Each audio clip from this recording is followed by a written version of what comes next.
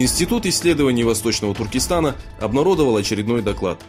Были предоставлены результаты сотен исследований, показания живых свидетелей и неопровержимые доказательства геноцида, проводимого китайскими властями. Независимое и объективное расследование осветило масштабы тяжелого положения Восточного Туркестана и миллионов заключенных, содержащихся в так называемых школах профессиональной подготовки. На фабрике Куншан по производству электроники в провинции Цзянсу произошел взрыв. В результате взрыва погибло 7 и ранено 5 человек. Ранее, 21 марта, во время взрыва на химическом заводе той же провинции погибло 78 человек.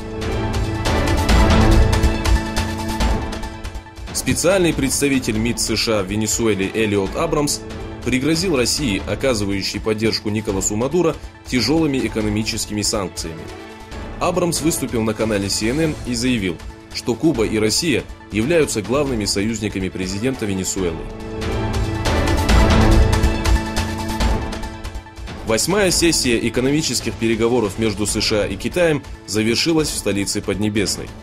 Переговоры велись с помощником главы Китайской Народной Республики Лью Хе, экономическим представителем США Робертом Лайтайзером и министром экономики Стивеном Мначином.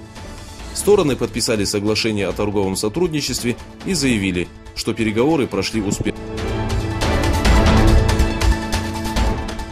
Граждане Туниса выступили против 30-го саммита лидеров Арабской лиги, на котором был принят законопроект об улучшении отношений с Израилем.